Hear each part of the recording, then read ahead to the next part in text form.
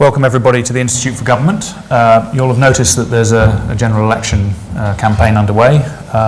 We won't be doing any politics today, but we will be doing some policies and some government. I hope that those of you looking at your phones are planning to tweet rather than check your emails. If you do decide to tweet, we have IFG Warsi here, and the book which we're going to be discussing is also being tweeted about under Not the Enemy Within, which is the title of the book, or rather The Enemy Within is the title of the book. But if you've read it, you'll know that it's about not being the enemy within. Now we've got the necessary hashtags out of the way, I will introduce our esteemed guest. Sayeeda Warsi is a lawyer, a businesswoman, a campaigner, and a cabinet minister, the first Muslim woman to attend cabinet. She was minister without portfolio from 2010 to 2012 as co-chair of the Conservative Party. She was then Senior Minister of State at the Foreign and Commonwealth Office and as the Minister of State for Faith and Communities in DCLG until her resignation over Gaza in 2014. So perhaps we can start, if I can ask you, what motivated you to write this book?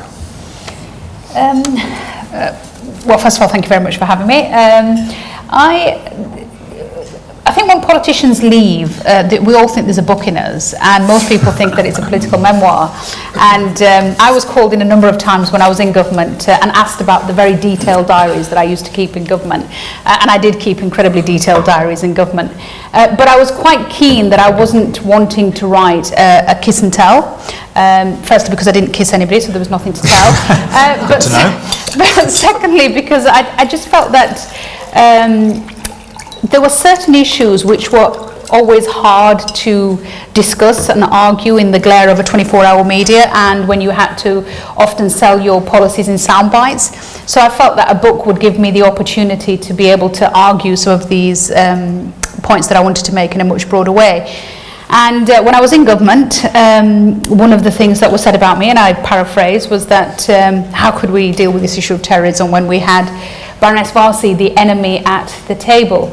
And I felt that, and I'm fairly thick-skinned, for somebody who had grown up in some tough towns in West Yorkshire. I was a criminal defence lawyer. I had been used to being called names. As I say in the book, you know, I grew up being called Packy. I hope I don't offend you by saying that. And over time, most of us had come to terms with owning, actually, those insults. And here I was again in 2013, as the granddaughter of two men who'd served in the British Indian Army, who herself was serving at the top table. Somebody came along and said, well, actually, I don't think we trust you because we don't think you belong and we don't think you matter. And so I thought, well, the best way to field an insult well the best way to deal with an insult is to field it well. So I thought, well, I should own that title, The Enemy Within, and prove that it was wrong.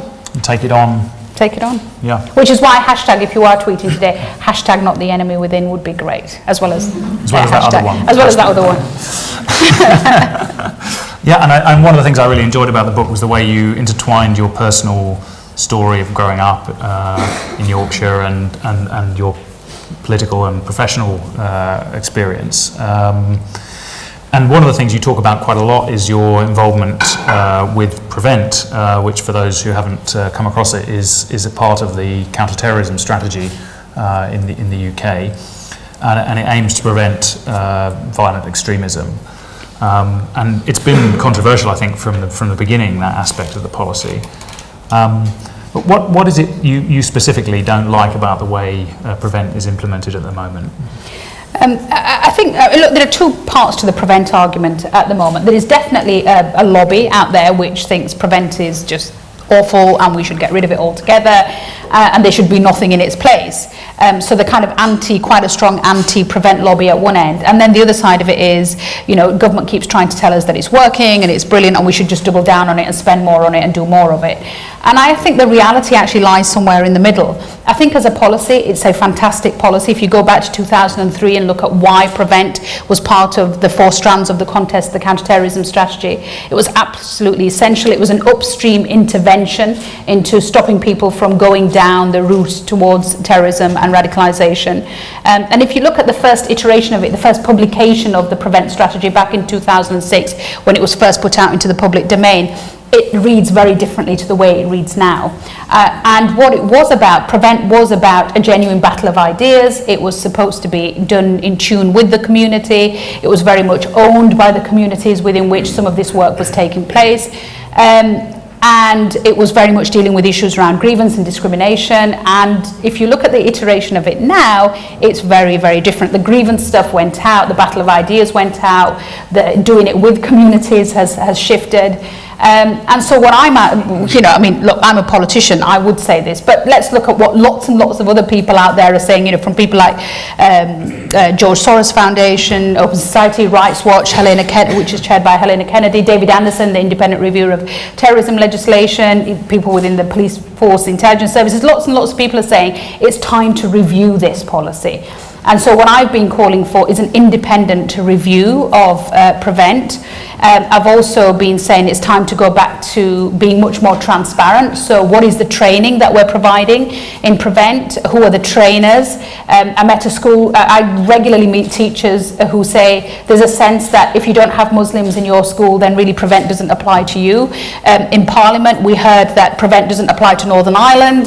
And yet government is insisting, no, actually it's a policy that applies across the board. So I just think all of this needs to be done by way of an independent review. And we need to show which bits are working and put more into it, and the bits that aren't, try and make them better. I can't understand why government's digging its heels in about this, actually, especially when ultimately there are lots of people in the middle ground where I am saying, lots of us are prepared to go out and help government sell this and make it work, but we've got to make sure that what we're selling is a product which is fit for purpose. I mean, I guess when the Syria conflict started and a lot of people started travelling to Syria and Iraq, there was a sense in which there is a massive problem here, and I think it's 850 British citizens have travelled to Syria and Iraq to fight there. So, in a way you can understand people being pretty concerned about the issue. And in terms of the duty on educational establishments, if there's a student who's using a school or university computer to Google how do I travel to Syria to fight, you'd want action to be taken. I'm not hearing you say PREVENT shouldn't happen. I'm hearing you say PREVENT needs to be improved. Is that? Yeah, PREVENT needs to be better. I mean, look, as a British Muslim, let's take a very personal example. PREVENT should be the space where if I'm concerned about one of my kids, I should be able to take them. PREVENT should be the non-securitized, safe place where I can feel that I could take my child along, get some expert help with good training, even if that means some kind of theological support, some kind of family support, but at the end of it, I should be able to feel that my child would be able to walk out of there and not be stigmatized, wouldn't affect their career, wouldn't affect the rest of their life, wouldn't affect their passport control, going into the US or whatever else that may be. That's not the confidence that the communities have at the moment. And some of it has been, some awful high-profile cases which have resulted in PREVENT being used where it shouldn't have been used. And some of it just genuinely is this kind of opaqueness about the whole thing. And so, what I'm saying, and I've spoken to my ministerial colleagues about this, so I've been very open. I've said, look, guys, I want PREVENT to work, but you've got to help people like me and others make it work by making sure that you are transparent about what it is that we're trying to do. And one of the things you say in the book is you'd like there to be a ministry of integration and identity. I think I got the title, national identity and integration. Perhaps you could say a bit more about how that would, positively operate. This was one of the things that actually before we went into government back in 2008 and 9 we were working on within Conservative HQ, and there's always a concern when you go into a government, especially when we go into a coalition government, that you don't want to start changing departments and creating new departments. So I think the political will certainly wasn't there to do that. But one of the arguments that I make in the book is that Britain has been trying to create a nation at ease with itself for centuries. You go back and look at the old maps of the United Kingdom, it doesn't look anything like the maps of, look at the map of England from about 900 years ago, and it doesn't look like anything like it looks. So we have history on trying to make people feel like they belong to a whole. And even now, if we look at the fact that, we've had a Brexit vote, we have a second referendum being called for in Scotland, questions about the future devolution in Wales, the power sharing agreement in Northern Ireland's not been able to be resolved. We're still a nation that's trying to come to terms with creating a sense of ease. And therefore, to have a department for, say, communities and local government, which only applies to England and Wales, is odd in itself. Why shouldn't we have a department which looks at both the issues in terms of, Scotland, Northern Ireland, Wales, England, but also in terms of settled communities, new arrivals? National integration, national resilience should be as serious as national security. If we don't get on with each other, that in itself is a challenge for us on all sorts of issues. And yet we have a huge apparatus for national security, huge budget for Home Office, huge budget for issues, and yet invariably what I found in government was that the Department for Communities and Local Government was usually the first one to lose its budget, and of the bits that were going to be cut, integration was the easy one. It was kind of seen as the slightly soppy add-on, probably kind of oddly lefty kind of thing to do, when I think it's absolutely essential to who we are as a country. So I understand your point about this ministry covering all of the nations in the UK, but I'm still not too clear what it would actually do. It's pretty having people talk about British values and promoting British values. It's a pretty difficult territory for government on the whole. And whenever there's an attempt at a legal definition of British values, it gets pretty tricky. What's it actually going to do? I haven't understood.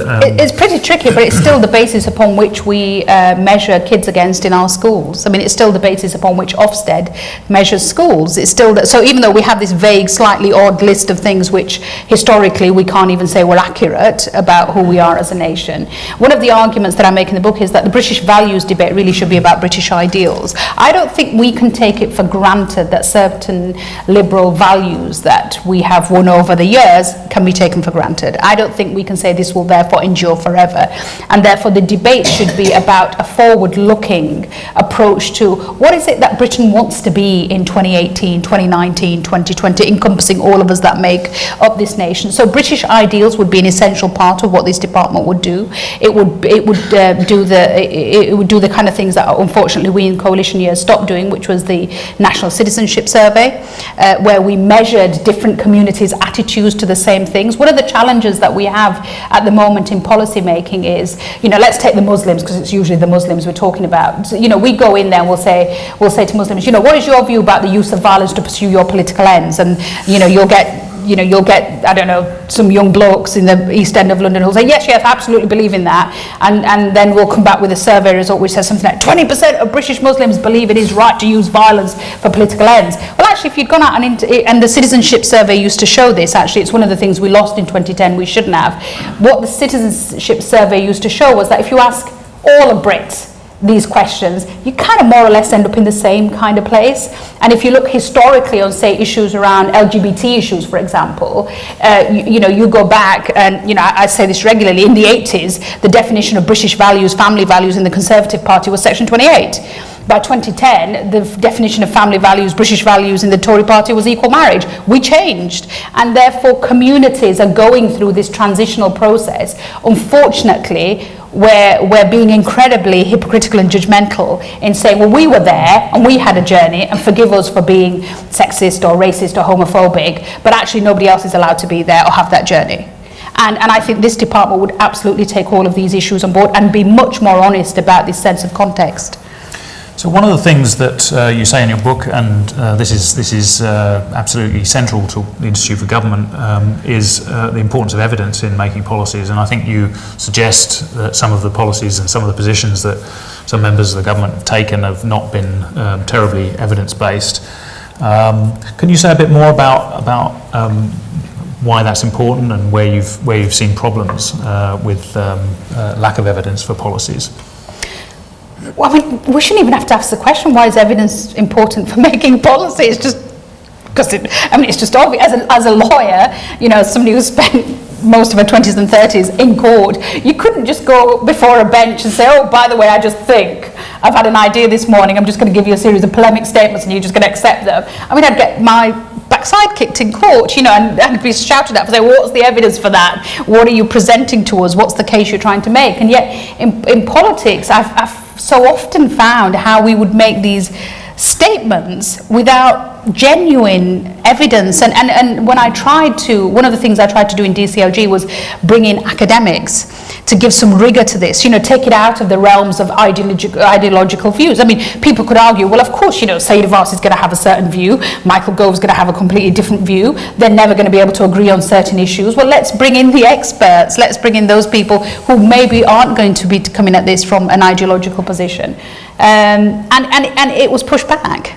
We genuinely kind of didn't like evidence-based decision making, and I'm not sure it was just our government or the coalition government. I think it started long before that. So you wanted to set up a group of academics or a council to advise the government or something like that, and it got turned down? Academics, polling, research, bring in people who, there are real nerds out there who spend their whole life just studying this stuff. I'd like somebody to come in and, exactly. And I'd like somebody to be able to come in and just say to me, look at this history of these terrorists, let's say, for example, look at their life journeys, look at what they went through, look at these kind of patterns that were prevalent in all the... How about looking at all of this when you're looking at making policy, rather than when we were making, for example, when we were trying to find the definition of what we think makes a terrorist, the definition of Islamist extremism. I mean, the bizarre versions that came back, including, one of the things we kept talking about was, well, it's people who are driven by the teachings of Sayyid Qutb. And I said, well, do you think people know who Sayyid Qutb is? Do you think that all these men in Birmingham are sat there thinking, oh, let's have a discussion about Sayyid Qutb? And so I did a bit of a poll. I went out and I said to some young people, under 25s, I said, do you know who Sayyid Qutb is? And the top 3 answers were, is he a rapper? Is he a cricketer? Sayyid who? And so these guys didn't even, and I said, so we have a counter-terrorism policy based upon a definition based upon the teachings of Man X, and Man X doesn't even exist in most people's world. And so how can that be good policy making? And I think, I suppose one of my biggest challenges in government was that, when I had a view on the economy, I was a Tory. When I had a view on the NHS, I was a Tory. When I had, a view on education, I was a Tory. When I had a view on counter-terrorism or foreign policy, I was a Muslim. And I just couldn't ever get over being a Muslim. And I kind of found it really difficult. I made so many arguments about the issue of faith in the public sphere. One of the nicest things that was written about me when I left government was that it was in a church magazine which said today, the church has lost one of its biggest friends in government. Nobody accused me when I was making the case for everything else, but the minute it became about counter-terrorism or foreign policy, then my views were viewed through a different prism. And I think one of the challenges for me, therefore, was to say, let's take this identity out of it and let's go back to evidence-based decision-making. So you're amongst friends here at the Institute for Government on the question of evidence-based policy. One of the things you say in your book is that one of the reasons that evidence isn't always used to make policy is it's about friendships and people seeing each other off the record, and one of the suggestions you make is that calls to number 10 should be logged, and more meetings should be logged, and all of that. Could you say a bit more about that? I call it the axes of influence in government, and we saw some of it in terms of during the kind of various lobbying scandals that have hit various governments, the cash for peerages. At various times, different governments have faced this, where it's been obvious that there have been lots of back channels used to eventually what it ends up affecting government policy. And I said, look, in the age of transparency, why not be much more transparent? Why not say, I'm meeting X and I'm meeting Y? I got into trouble all the time. So the government had a kind of odd non-agreed policy on who you could see and who you couldn't see. It was never agreed, it was never finalised. I called it the vague policy of disengagement. The Lib Dems just did what they wanted. Bits of the Tory party were kind of on lockdown, and I never really followed it. And the reason I couldn't follow it, because there would be a whole list of people who you were supposed to not come into contact with. And I don't live in a nice village in Surrey. I live in the heart of British Muslim communities. I go to weddings and funerals, and I can't turn up at a wedding and think, oh my God, I have 3 of these people on the disengagement list. I better not sit on the same table as them. And so I basically said to David very early on, this isn't going to work for me. I'm authentically ethnic, if you want to call it that, and therefore I'm very much part of these communities. And so I felt it would be much better to have a much open sense of who you spoke to, when you spoke to them, have officials there, have it documented, have this advice going through to colleagues rather than mates, text messages. The number of ministers who were using text messages and they were not using emails, the number of ministers who were meeting socially and not doing it formally, it starts to kind of, I always say, I'd even look back at the cabinet meeting minutes sometimes. My diaries are probably more accurate than government records, actually, because as a lawyer you're trained to take contemporaneous notes of everything. And I was so surprised how you'd come out of a meeting and you think, I can't remember the meeting taking place in this form. So I think the level of detail, the level of documentation, if not for us now, but for future generations, I think it's important that government logging of calls and logging of advice and logging of meetings is done accurately. But I guess some of the things that ministers do to avoid the existing controls, so people don't write things down to avoid freedom of information requests and so on. So if you put another logging system on top of the existing transparency arrangements, don't you just create more behaviour that goes around the side of these controls? Well, then we need to look again at how we apply the Freedom of Information Act, because I don't want to find out, we have those great moments, don't we, when papers are released 30 years after the event and we all go and look through them and everybody's got handwritten notes on them and they're so detailed. I'm concerned that future generations will not have the same level of detail and accuracy in government material and government documents. And it's important for us as a nation to see how those journeys took place. And certainly I think it would have been important for this period over the last 10 years on the issue of, the tale of Muslim Britain. What were those journeys? Who was influencing? Who was saying what? Who was making those calls? What was their agenda? Who were the groups we were speaking to? All this is important information for immediate policy making, but I think for future accuracy as well. So when you resigned from government, it was about an issue of foreign policy.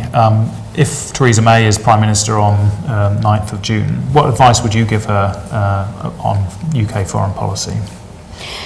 I think 2 things. First of all, I think British foreign policy has to be made by Britain, in Britain, for Britain.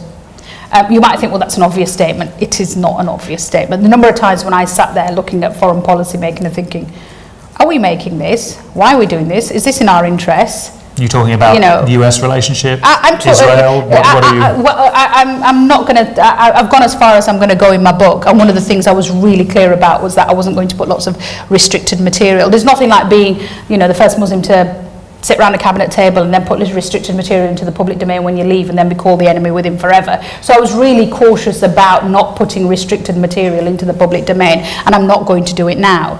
But so often I would go back and say, well, why are we doing this? Doesn't fit in. This doesn't, where is this coming from? Who's telling us to do this? Who's advising us to do this? And so I think a really simple rule: British foreign policy made in Britain, by Britain, for Britain. The second thing is 2 questions which I've consistently kind of asked myself, which is, do we say what we believe, and do we do what we say? They're really simple questions, and in foreign policy they're most often not always not satisfied. And I thought it was really interesting during the whole WikiLeaks episode where, look, I absolutely condemn any releasing of private information and restricted information into the public domain. So I condemn what WikiLeaks was trying to do. But if you look at lots of security experts, and I'm sure there's some here, the actual security impact of WikiLeaks was fairly limited. What was really concerning around WikiLeaks, and especially as politicians, was a lot of us felt we'd been caught with our pants down, and that we'd been caught saying things and doing things that we didn't say we were saying and doing. And therefore, we were neither saying what we believed nor doing what we said.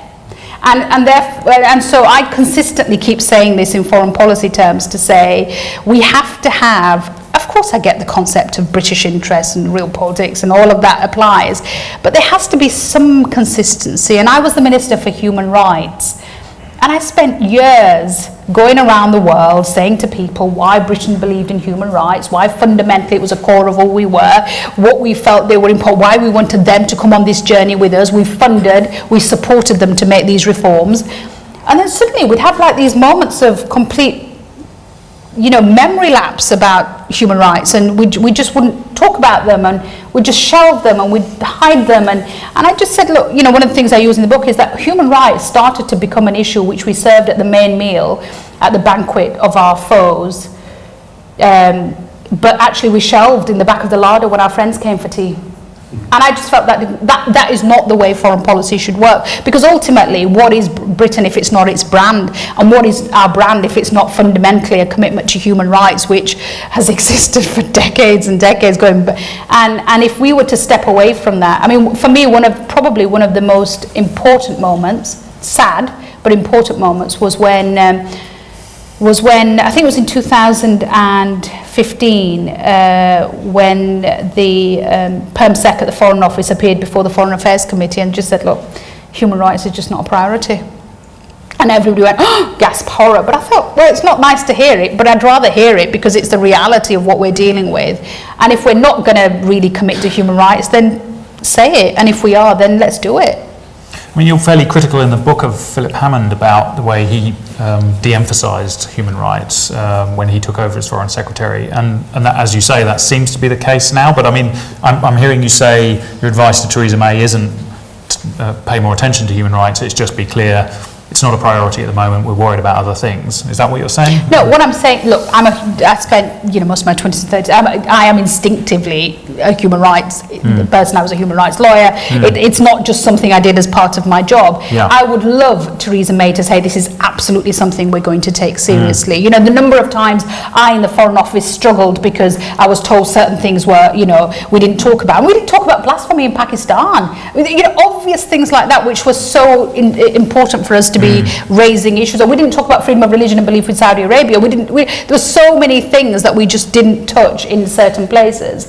And so my view to Theresa would be, do not give away fundamentally who we are. We can't talk about British values at home and then shelve human rights internationally. We are our brand. Our brand is about human rights. But if we're not going to do it, then let's just stop pretending we're doing it. That's the second, it's the best alternative to having what I'd really like. But I think hypocrisy is a bad space to be in.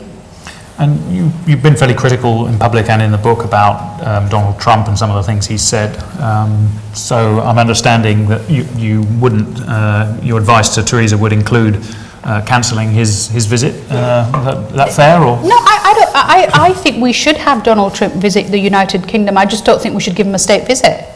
There's a difference between doing business with somebody you don't particularly like or agree with, but because that's the reality of the world that we're living in. It's very different rolling out the red carpet for him. I mean, a state visit is a huge honour. It's pomp, it's ceremony. We roll out Her Majesty, we roll out everything for we spend a huge amount of money, and we do this as a great bestowing of honour and commitment and relationship and all of that. I'm not sure Donald Trump has earned that because of who he is. And I don't think we as a nation doing that are really, putting ourselves in a very good light by doing that. My last question before I open up to the audience. So you were on the Leave campaign and then you joined the Remain campaign. What's your view now on the question of whether the UK should leave the EU? I've always felt that Britain can make its way outside the European Union. I used to define people like me and many others like me as hello world Brexiteers. For us, leaving the European Union was about a bigger, better world out there. It was a kind of a plus. And what I found as the campaign during Brexit, during the referendum progressed, was that the message that was winning it for Britain was not hello world Brexiteers, it was little island Brexiteers. And that was not who I was about. I mean, you know, when I was sat with colleagues and we were putting together campaign plans of going out and speaking to black and minority ethnic communities and saying to them, why should it be that the European Union can just walk across the border when actually the fantastic tech workers in India can't come across because we have migration controls, and, you know, the fantastic, you know, mathematicians in China can't come over, and I genuinely, I mean, this was a message we went out and we said to people, you know, the old Commonwealth and the links that come through that. And then actually when I started hearing the campaign message, and even internally, so this wasn't just what was going on externally with you, Gabe, I thought, I don't believe you when you say to me that you don't like Polish builders but you like Indian tech workers. I don't buy that. And that this message that we're putting out is actually quite nonsensical. And ultimately this is about, you know, this is about pulling down the hatches, and this is little island Britain. And that's not the vision of Brexit that I wanted. So, you know, as I said at the time, I think the only way I could describe it was, I looked at the message and I thought, this is not the kind of message I can support. But we are where we are. You know, we voted, whatever the basis of it was, we have voted out. And I'm confident that we can make a success of it. And I'm pleased that the people who are leading the campaign to take us out, you know, to deliver Brexit, are not little islanders. On that note, let's open it up to the audience. If you were first, sir, and then I'll go here. Sorry, if you could take the mic and say who you are. Yes. Martin Pick. I'm not a politician, but I'm very encouraged by your angle on all of this.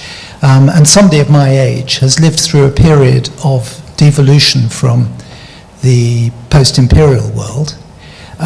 We had an excellent Institute of Race Relations for a long time, which did produce a great deal of detailed evidence about helping our society to become more genuinely multicultural. It got undermined at various stages because it wasn't regarded as radical enough, and it disappeared. But it always struck me that this was a tradition that was very important in this country. There were a lot of people who believed in wanting to see things better, see multicultural society evolve. The sad thing is that our schools and our education system weren't allowed by the politicians to spend a marginal amount of money on making sure that people who came to this country learned and understood more about what was going on here. What's your question, please? My question is really, do you think that from within politics anything can really be done about this now, or have we got to such a cynical stage that our politicians just want to shrug and say it's more important to sell arms wherever we can? Okay. Look, creating a sense of ease amongst everybody who makes up this nation has got to be done, because what's the alternative? I always talk about the Muslims because it's what I wrote the book about. You know, what are we going to do about the Muslims? I mean, there are 3 million of them and they're growing. We can't stick them in some bit of the country somewhere and put a fence around them. You know, they are absolutely an essential part of who we are as a nation. You know, like I say in the book, you know, they're collecting our bins and they're fixing our teeth and they're banking our money and they're driving our taxis and they're, you know, they're everywhere. So unless we create a sense of belonging for everybody in this country and say you belong, you matter. And to be fair, this has been going on for many, many years now. You know, when people say the multiculturalism project failed, I think we have to be very careful about how we define multiculturalism. For most people, multiculturalism means kind of different communities rubbing along, different cultures, different music, different foods, different clothes. I think state multiculturalism, where we further enforce division through state policies, may have been wrong and I think failed in some areas. But multiculturalism as a project, I think, has made this nation a success. And I think we've got to go back out, and I do in this book, make the case for multiculturalism. But also multiculturalism which believes in genuine equality of opportunity. So the phrase that I use in the book is, we have to create policies which say to minority ethnic communities or minority communities that we're not going to give you the crumbs off the table. We want you to have a stake in the cake. We want you to play for the whole. And it's about giving them the opportunity in the whole and making them, you know, allowing them to carve their space in that. But unfortunately, race relations is not a particularly fashionable word. Multiculturalism is not fashionable. Trying to create ease between nations is not fashionable. Putting money into it is not fashionable. To the point where, I was saying this to you earlier, David Cameron had this fantastic policy that he announced. People should learn English. I mean, he targeted it at Muslim women, but people in this country, English is an absolutely essential part of anybody who is in this country. It would be a great policy to get up and sell, but actually even that policy is difficult to sell these days. If we say the state is going to put money into making lots of brown and black people or other coloured people, you know, learn English, certain parts of this country won't accept that we're putting money into that. And the way we sold that policy was Muslim women need to learn how to speak English because it will help with our fight against terrorism. What? I mean, we had to give it a terrorism angle, to give a national interest angle, when we should have just been saying, let's all put money into services which make people learn a national language, because if women can speak the language, they can get a job, they can learn how to drive, they can take the kids to school, they can, you know, deal with healthcare, not that they're going to deal with terrorism. And at the time, I mean, I made quite a flippant comment. I said, my mum, I'm one of 5 girls, and I said, you know, my mum's English is still pidgin, kind of terrible to accent and the whole lot. And I said, when we were growing up, she didn't need to use English. She didn't even need to use Punjabi. She gave you the look. You know, that was enough. And she produced, you know, a lawyer and an accountant and a pharmacist and a cabinet minister and everything else. She didn't produce terrorists because her English wasn't that great. And I just think we've got to be really clear about making this case for what communities, where they've come from and what they've achieved, and how we need to carry on making that case for multiculturalism. Yeah. John Ashmore from Politics Home. Baroness Warsi, you might have seen Paul Nuttall this morning launching his own integration agenda. I just wonder what you think of those sorts of policies. It sounds like something the Front National would come out with. Well, I haven't seen all of them. I saw the burqa thing yesterday, and then he didn't. Sharia courts, and there's another one. We don't have There's quite a okay. lot of FGM, FGM annual school-based inspections of Okay. girls perceived to be at risk of potential FGM. That Right. Yeah, that wasn't it. Okay. I was going to ask the same Okay. Well, it's. I mean, I'd have to look at everything that he announced, but I deal with a lot of the issues that he raises actually in the book. So I deal with the issue, for example, of Sharia courts, as we call them, and I unpick without boring you to death because it's all in there. I unpick the whole issue of, do we understand the distinction between Sharia and Sharia courts? Do we understand the difference between faith-based mediation and Sharia courts? Do we understand the difference between legally not recognising religious marriages and therefore leaving people with no space for dispute resolution, but faith-based councils like the Beth Din or Sharia councils? And I kind of go through a whole history of how, as government, we could have put this right. I mean, if you for me, every policy that we have should be about bringing people into the system rather than leaving them out. At this moment in time, if I go and get married as part of a religious ceremony, it's not recognised in English law anywhere.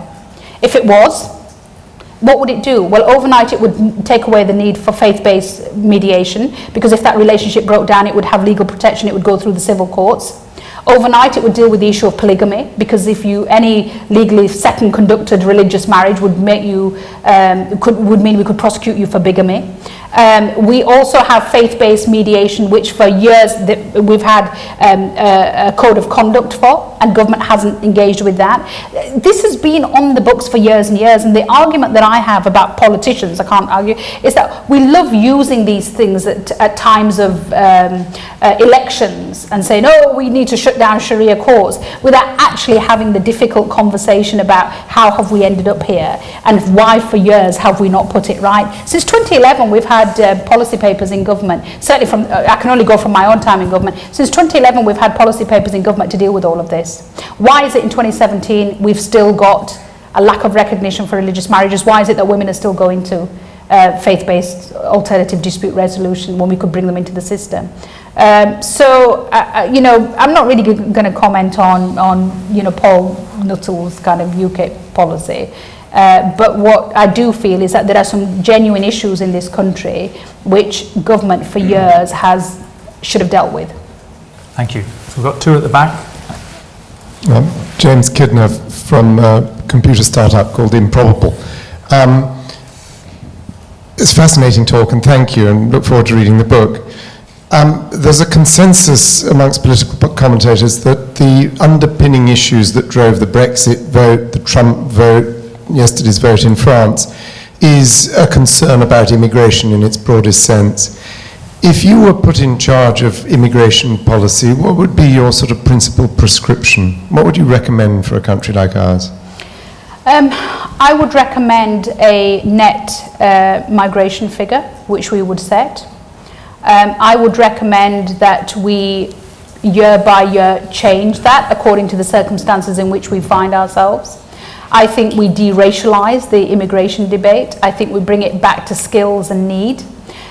So, let's take just random figures now. If we said we were going to have a net migration figure of 250,000 a year, and year by year we decided that, we need X amount in this profession, Y in that profession, and actually because we've got upheaval going on across the world, we're going to give 50% or 60% of it over to our commitment to refugees. And then we would be able to change that year by year, and that net migration figure would be something which everybody would know about. But you have to put that, the issue that we have on the issue of migration is not just about the figures, it's about control. It's about whether or not we have a clear sense of everybody who's coming in and everybody who's left, and the way in which the system, I was a lawyer for many years, and so I represented in immigration tribunals for many, many years. And I think it's about creating a system which is fit for purpose. So let's take an example. One of the things that I recommended, which I think we could put in very quickly, is this concept of community ownership and community censorship of how we control migration. We have a very, very large Pakistani, Indian, Bengali community in the United Kingdom now, a community which is pretty much settled and has been for decades. We're going back to the 50s and 60s. A community which now is marrying and burying and doing everything in the United Kingdom. A community which needs the odd family member which comes in from overseas to arrive and then go back. And one of the things that I suggested were two things. Muslims like Jewish communities very, very, very quickly. At this moment in time, there is nothing within our migration system which gives the concept of compassion at that moment. So if, God forbid, somebody in our family died and we had an aunt or an uncle or a parent or somebody who wanted to be here for the funeral, they couldn't get here.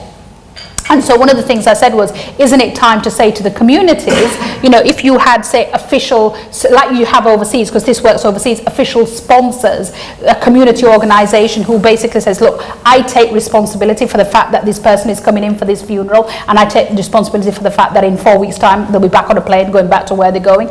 Get communities themselves involved to police this, because nobody in this country, whatever community they come from, wants uncontrolled immigration. They want a level of control, but they want a system that is working and is working for their needs. So, that is one kind of issue. The overseas marriage was another one which I think we've made some good progress on with English language and various other things that we're starting to put in place. But I think ultimately we've got to have a net migration figure. We've got to say this is what we want. This is what the country can accommodate every year, and what that number is made up of, I think, changes from year to year depending on what world we find ourselves in. Thank you. I've got two questions at the back, the gentleman there, and then just across the aisle. Thank you, Maz and Zeki. Thank you for your comments earlier on. I wanted to ask you about something in your book. You make a direct comparison in your book between those who fought in the international brigades in Spain with those who go to fight for ISIS. I know many people will be taken aback by that comparison. I know my former school teacher who became a professor of Spanish history would certainly be shocked. Perhaps you could just elaborate on that, because after all, the international brigades went to fight for the legitimate and democratically elected government against fascist intervention. You say in your book that some people came to fight, volunteered to fight for the national side. That's actually quite untrue. There were soldiers sent from Spain, from Germany and Italy who masqueraded as volunteers. But the more important fact is that when the English brigadistas came back to Britain, many of them were proscribed from serving in the impending war. Many of them could not take part in the armed services, and that ban was only lifted when Russia entered the war on the side of the Allies. So perhaps you could justify your comparison. Okay. Well, sir, I think clearly we need a longer discussion on the issue of the Spanish Civil War. One of the reasons why I've heavily provided further reading and citations in this book is because what was apparent to me on my reading of the Spanish Civil War was that from the United Kingdom, individuals went to fight on both sides. And therefore there were people who were fighting both for the, as you call it, the elected government, but also for the other side as well. So we were fighting fascism and fighting for fascism. Individuals from this country, from the United Kingdom, were fighting on both sides. And the argument that I make in this book is, and it's a question that I've already asked in the House of Lords. At the moment, the law in this country is very unclear. In terms of who you can fight for and who you cannot fight for. And I go historically, starting actually before that with the Crusades, the concept of foreign fighters, and I bring it right through to modern day foreign fighters. And at some moments, foreign fighters at some moments have been seen as heroes. The Mujahideen of the Afghanistan war were seen as our heroes. We knew what we were doing. We knew we were going into the madrasas. We knew we were using religion as a way of exciting them and arming them and training them, and we carried on doing it because it served our purpose. And I give direct quotes from governments and further reading of that time as to what we were doing with those foreign fighters. So I go back and I say, first of all, let's put the concept of foreign fighters into this historical context and look at the various foreign fighters that have existed over the centuries. And then I come back down to modern day and I ask this very simple question. What message do we send out to young Brits in this country as to who you can and who you cannot fight for? This for me is quite a personal issue. Like I said at the beginning, both my paternal and maternal grandfather served in the British Indian Army when India was occupied by Britain. But now I have a child who's going down the same track to serve in the forces. And the question I ask is, where would my children serve? And in this country, we have lots of people who are of Pakistani origin, lots of people who are of Indian origin. Let me give you this as an example. Right now, it would be quite legal for British Pakistani origin kids to go and serve in the Pakistani army, and British Indian kids to go and serve in the Indian army. And it's quite normal for us to assume that at some point Pakistan and India might have yet another war, and it's quite normal for us to assume that we would find Brits on both sides of that war. So for me, going forward, we have to have a very clear line. And that very clear line for me is this. If you are British and you want to fight, then you join the forces and you fight for Britain. That's it. You may not like that position. That's my position. It's a position which I can sell to my kids and I can sell to their kids. And I think it's a position which in the long term is better for the ease that I want to see between communities that make up Britain. Thank you, sir. John Snow, Channel 4 News. Sayeeda, very early in the post-Brexit era, Liam Fox went to the Philippines and exchanged a view that Britain and the Philippines lived in shared values. This is from a man who has sanctified the extrajudicial killing of many thousands of his own citizens. And Mrs. May went to Saudi Arabia. I wondered to what extent Britain's relationship with Saudi Arabia, how it affects the Muslim community. You talk about the enemy within, but what about the enemy without? The export of Wahhabism, the very deliberate export of Wahhabism. I think there are two bits to this question, John. First of all, I think there is a sense of, is there a specific theological or version of Islam which is more uniquely violent than any other? And one of the arguments that I make as somebody who's from a mixed Sunni Shia background and who was brought up in a Deobandi Tablighi Jamaat mosque, and we were practically everything was thrown at us as kids. I don't believe that there is one sect which is uniquely more likely to produce more terrorists, because if you take, for example, the most recent example of the man who went from Bradford up to Glasgow to kill the shopkeeper, I mean, he was from a Sufi Barelvi background, so as far apart from Wahhabism as you could possibly find. And so I'm always quite cautious about saying, it was a time when it was quite fashionable to say not all Wahhabis are terrorists, but all terrorists are Wahhabi. And I'd say, well, that's complete nonsense, because actually you can be a terrorist and you could be from any sect, or you could be of no faith and you could be a terrorist. The second part to that question, I think, which I find more worrying, and I talk about it in this book, is that the government currently has a policy of disengagement with certain groups because of its ideological positions. One of the group, for example, government will never visit a Wahhabi mosque. Government will not engage with Wahhabi inspired organizations. Government will not have Wahhabis around the table in domestic foreign policy making.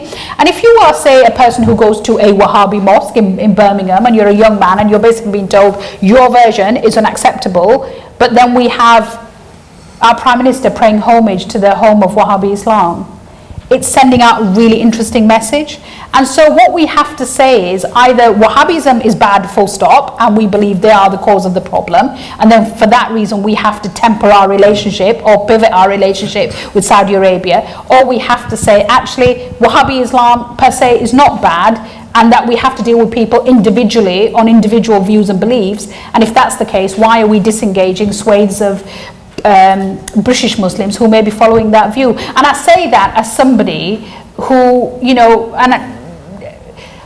who had huge concerns about our relationship with Saudi Arabia. So that's about as high as I can put it publicly. So in that sense, you know, I was the only minister who raised the issue of the use of capital punishment with the Justice Minister. I was the only minister who sat in the heart of, you know, Islam. In Mecca, I sat with the heads of the Holy Mosque and talked about freedom of religion and belief, much to the horror of my civil servants. But, you know, so therefore I felt it was important to have these very honest conversations. And I just feel that the domestic element of that is more worrying for me, because it's sending out very, very mixed messages to, you know, what we're basically saying is if you're a British Muslim and you're Wahhabi, you're off limits, but if you're a Saudi Muslim and you're Wahhabi, you're fine. How can that be right? Thank you. My name's Shazi, I'm from the Labour Muslim Network. We're a relatively new organisation, and one of the issues that keeps coming up for us is Islamophobia and how we tackle Islamophobia. I know this is something you've spoken about quite a lot, but as a politician, how should politicians be dealing with Islamophobia? Because the Islamophobia on the streets and monitoring and all of that kind of stuff is quite different to the Islamophobia that we're seeing sort of in the political world, and how would you kind of suggest that be tackled? Okay. So I have a whole, not that I'm trying to sell you my book, but I am. There's a whole chapter in here. Yeah, exactly. Yeah, you're forced to buy this book before you leave. There's a chapter in here called The 7 Sins of Islamophobia. And I basically talk about the various ways in which the respectable rationalise racism. So I just say, look, I don't have an issue with people saying I don't like you because you're a Muslim. I can live with that. The packy insult I've lived with and I can cope with. You know, the overt racism is fine. That's part and parcel of what in the 70s and 80s, you know, we saw on the streets. You know, my parents saw it in the 60s. What I really don't like is that concept of, I don't really dislike Muslims, but...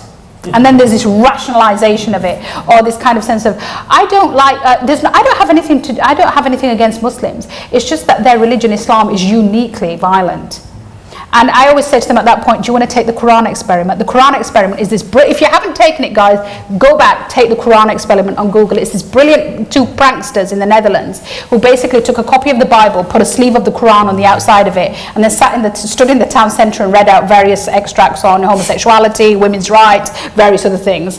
And then asked people what they thought, and people in the street would say, oh, well, you know, this is why there's no place for it in Europe, you know, this religion has no place in our society, it's just such an alien incoming, blah, blah, blah. So we'd have all of this, and then they'd take the sleeve off and they'd say it's actually the Bible. And it's that moment of saying, you know, kind of how we see things. So I would urge you to read The 7 Sins of Islamophobia, and how each one is then unpicked. And, you know, in 2011, I said, you know, I'm the only politician who's done a national speech on Islamophobia, which is tragic because I'm a Muslim. I shouldn't have had to do it on Islamophobia. One of my other colleagues should have made that speech. But when I did the speech in 2011 and said Islamophobia has passed the dinner table test, people got really vexed about it and said, how dare I say that? I actually now say it's worse. I say Islamophobia is Britain's bigotry blind spot. We fail to see it. And we fail to see the negative impact that it has on everyday people's lives. You know, we're not talking about just some generic thing. It's everyday people's lives that are being affected, from applying for a job with a Muslim sounding name and not getting an interview, right through to the way you're perceived because if you're visibly Muslim, to the kind of conversations that take place in policy-making areas. I sat in a conversation, I talk about it briefly there, where one of my cabinet colleagues said, you know, if we can't do them for X, let's use the Al Capone method. I mean, in a way, I thought the fact you're having this in my presence is probably quite a good sign, because you don't see me as Muslim anymore. Somehow you kind of feel like, you know, I'm Tory first and Muslim second. But the fact that you know, could we sit in any policy area right now and say, oh well, if we can't get the blacks for gang culture, let's do them with the Al Capone method? Or, would you say it about any other community? And I think that kind of Islamophobia worries me more, where I think it's where the respectable and the rational and the reasonable start to explain it away. And that's the kind of anti-Muslim sentiment that I want to deal with. I think Islamophobia is a bit of a naff phrase, actually. I always say it's a bad phrase to describe kind of bad behaviour. I prefer anti-Muslim sentiment and anti-Muslim hatred. We're pretty much out of time. I'm going to take one last question. You, sir. Hi, thank you for sharing your thoughts. I look forward to reading your book. Sold. Mubarak Ahmed from the Centre on Religion and Geopolitics. Just one question going back to Prevent. I completely agree with you. I think that the conversation has been dominated by two ends of the spectrum. It's either the pro-Prevent camp that can see no evil in it, and those that are completely against it who fail to have a rational argument. How do you see a step forward for Muslims like myself and yourself articulating a better understanding that's more in sync with what communities are working on already? Who can take that conversation forward? And that kind of ties into the challenges you raise about Muslim representation in your book. Who's there to speak for that, and who's going to campaign for it? Yeah, who speaks for British Muslims? I think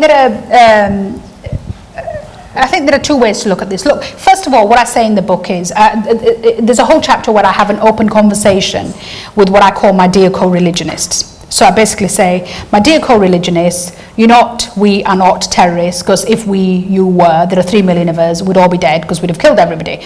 But are we fit for purpose?